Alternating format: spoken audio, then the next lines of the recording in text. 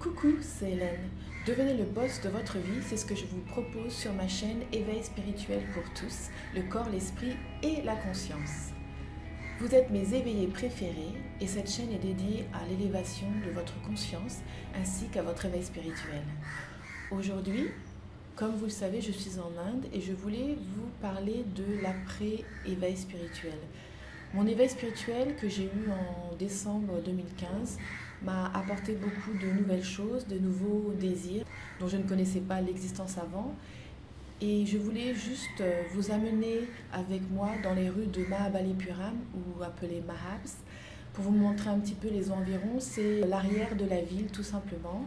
Donc ça va de chez moi jusqu'aux marchés qui sont près de la plage. Et je voulais vous montrer ceci, vous amener avec moi, tout en ayant une discussion sur l'après-éveil spirituel et pourquoi j'ai décidé de partir de Londres, d'aller en France et de ensuite voyager en Inde pour commencer. Et je pensais que ça pouvait être intéressant. Alors, après mon éveil spirituel en décembre 2015, donc je vivais à Londres et j'ai décidé de revenir en France car je me suis tout d'un coup sentie beaucoup trop loin de l'esprit des gens que je côtoyais ou tout simplement de la vie à Londres. Et tout allait beaucoup trop vite, j'avais besoin tout d'un coup de paix et de calme. J'avais besoin de paix, de calme et de connexion, de me connecter à la nature. Nous sommes des êtres humains et nous avons besoin de cette connexion avec la nature. Et nous sommes de moins en moins connectés, c'est pour ça que nous souffrons autant. Nous faisons la même chose toute la journée. Nous ne sommes pas stimulés. Nous agissons comme des robots en pilote automatique. Et ça, je m'en suis rendu compte. Et une fois que je me suis réveillée, je me suis dit, mince, mais qu'est-ce que nous faisons? Nous sommes complètement lobotomisés du matin au soir, endormis donc, au travail avec des tâches qui sont toujours les mêmes. Donc c'est pour ça que notre cerveau se met en mode pilote automatique. Une fois à la maison, on fait les mêmes choses. Regarder la télé ou les écrans qui nous hypnotisent, nous formatent encore plus aux idées que la société veut véhiculer. Et j'en ai vraiment eu marre. J'ai voulu revenir à quelque chose une vie plus naturelle. Et aussi, j'avais envie puisque je me sentais connectée, enfin je me sens toujours bien entendu, mais à ce moment-là, vraiment de manière importante, à tout le monde, toutes les choses, les animaux, les plantes. Enfin, je me sentais vraiment connectée avec le monde entier. Et j'ai eu envie de faire quelque chose pour aider les gens, donc service à autrui. Et donc, je suis rentrée en France après avoir vécu 10 ans à Londres. Et cela a toujours été une idée de transition pour moi de rentrer en France. Pendant un an et demi, eh bien, j'ai développé ma chaîne ASMR que certains d'entre vous connaissent, appelée French Accent ASMR, car je voulais aider les gens à ma façon avec cela, car cela m'avait aidé beaucoup quand j'étais en dépression avant que je parte de Londres. Et ensuite, eh bien, j'ai eu besoin de quelque chose de plus profond, quelque chose qui me correspondait plus. Donc j'ai créé cette chaîne Éveil spirituel pour tous, car je trouve que, et particulièrement en France, il n'y a pas suffisamment de chaînes qui parlent de cet éveil spirituel. Et je voudrais aussi démystifier l'éveil spirituel. C'est vraiment important pour moi, donc d'où l'intérêt de cette chaîne, de vous expliquer qu'un éveil spirituel n'a rien de extraordinaire, de supernaturel ou je ne sais quoi encore. C'est une phase d'évolution naturelle de l'être humain. Vous voyez qu'on évolue depuis le début. On a évolué beaucoup au niveau physique, au niveau du corps. Maintenant qu'on est à peu près complet à ce niveau-là, l'évolution se fait sur nos dimensions, au niveau des dimensions supérieures. Donc c'est vraiment quelque chose de vraiment très très logique. On a appris à survivre. On a eu ce besoin de survivre et ensuite on a eu besoin de se développer, notre intelligence, etc. Maintenant que notre intelligence est bien développée, c'est le côté dimension spirituelle qui prend le pas. Ça n'a rien de bizarre, quoi. Maintenant, certains vont l'appeler développement personnel. Ça n'a pas d'importance comment vous appelez ça. Le mot spiritualité n'est pas lié à la religion, mais tout simplement au fait que nous avons d'autres dimensions que juste ce que vous voyez, le corps et votre cerveau et même votre esprit avec les pensées. On a plus que ça. Bon, je voudrais m'excuser parce qu'il y a des travaux en ce moment et j'arrête pas de couper la vidéo, ce qui n'est pas terrible. Et j'espère que c'est pas trop fort, que vous pouvez quand même comprendre ce que je dis. Donc une fois en France, j'ai décidé d'aller en Inde, mais en fait au départ c'était le Vietnam. Mais vous savez, comme c'est, j'ai eu beaucoup de bâtons dans les roues quand je commençais à regarder pour le Vietnam, parce que ce n'était pas vraiment la route que je devais prendre, en tout cas maintenant. Et j'ai pris la décision de venir en Inde. J'ai eu une opportunité avec NGO. Et comme certains le savent, ça ne s'est pas passé tout à fait comme ça là-bas. Je suis arrivée là-bas, le travail avec la NGO ou ONG, je ne sais jamais dans quel sens on dit en anglais ou en français, pardon. Au bout de 2 semaines, c'était terminé. Ça ne s'est pas bien passé avec la personne qui s'occupe de la NGO là-bas. J'étais un peu vouée à moi-même, je n'arrivais pas à faire de vidéos, je n'arrivais pas à uploader des vidéos, donc je me suis retrouvée face à moi-même. Et donc je suis rentrée dans une relation avec quelqu'un où vraiment ça a été une descente aux enfers et je devais intégrer des notions. Je parlerai un petit peu plus de cela dans une autre vidéo. Toutes les croyances et les traumatismes que l'on a, on doit les réintégrer en tant que part de nous et non pas les fuir pour pouvoir arrêter le cercle vicieux d'attirer toujours le même genre de personnes, le même genre de situations, etc. etc. Mais c'est une vidéo qui doit être complète sur ce sujet. Donc bref, j'ai appris énormément sur moi-même. Je suis descendue un peu aux enfers et revenue au paradis. Donc j'ai eu un séjour mitigé. Mais quelque chose s'est passé qui fait que j'ai dû en quelque sorte revenir. Et cette fois-ci, donc ça c'est la deuxième fois que je viens ici, eh bien c'est le jour et la nuit. J'ai complètement changé la donne, comme si j'étais dans une autre dimension. Ou c'est pas comme si, en réalité, j'ai changé énormément de choses. Et l'expérience que j'ai maintenant est magnifique. Magnifique, ça ne veut pas dire que c'est positif du début de la journée jusqu'à ce que je me couche. Mais je me sens tellement bien, vraiment la vie circule et c'est facile, c'est très simple. La vie est très simple ici et ça fait vraiment beaucoup de bien. On ne peut pas s'attacher vraiment aux choses, le temps ne passe pas de la même manière, le temps passe vite, mais il n'y a pas de... Par exemple, je ne regarde pas vraiment beaucoup l'heure parce que j'ai pas besoin de regarder l'heure. On s'arrête, on discute avec quelqu'un, on ne sait pas, ça peut être 1 minute, ça peut être 2 heures. Enfin, il n'y a vraiment pas de notion de temps. Je travaille quand je travaille, j'ai pas d'horaire spécifique. Vraiment, c'est une vie qui est vraiment différente. On peut voir les familles autour de là où je vis vivent dans des situations vraiment très précaires. Donc c'est difficile en fait de s'intéresser à des choses qui paraissent vraiment futiles. Mais de retour en France ou dans nos pays occidentaux, on voit bien la différence. Et je me sens de plus en plus déconnectée, pour être franche, avec les choses futiles de la vie occidentale. Et puis eh bien, la vie toute douce et toute simple. C'est parce qu'il faut aussi accepter la simplicité, sinon c'est une vraie souffrance parce qu'on n'a pas tout ce que l'on a.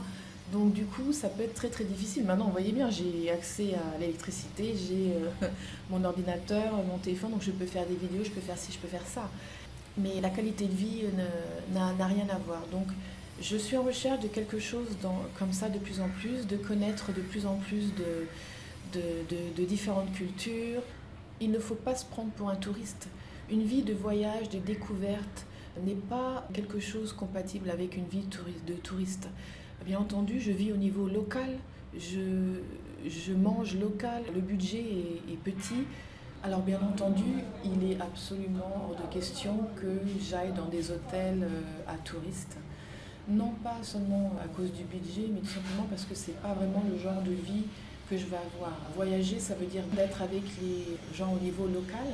Et donc c'est difficile de faire cela quand on reste toujours entre touristes. Et c'est pas vraiment le même genre de concept.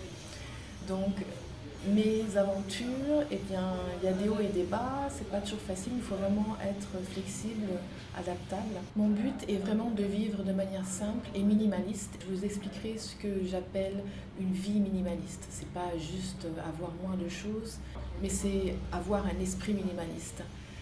Donc voilà, l'Inde c'est magnifique, c'est très contrasté. On m'a dit que c'est soit on adore, soit on déteste, et c'est tout à fait vrai. Car c'est très très spécial. J'ai rencontré beaucoup de gens, je me suis attachée aux gens ici.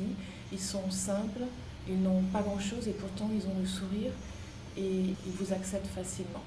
J'espère que vous avez apprécié cette petite vidéo toute simple. Si c'est le cas, vous pouvez liker la vidéo et vous pouvez souscrire à ma chaîne Éveil spirituel pour tous. Je ferai beaucoup plus de vidéos comme celle-ci et je vous dis donc à bientôt. Gros bisous.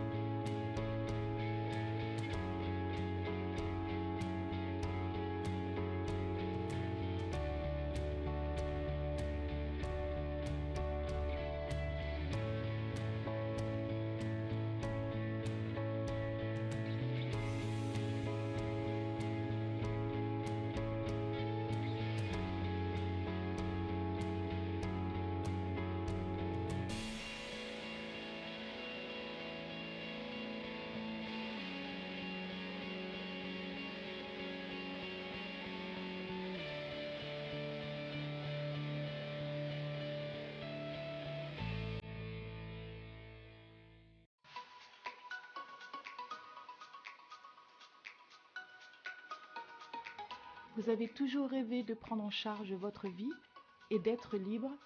Alors abonnez-vous à ma chaîne car je prépare tous les outils nécessaires pour que vous puissiez devenir le boss de votre vie. Je sors une vidéo tous les dimanches.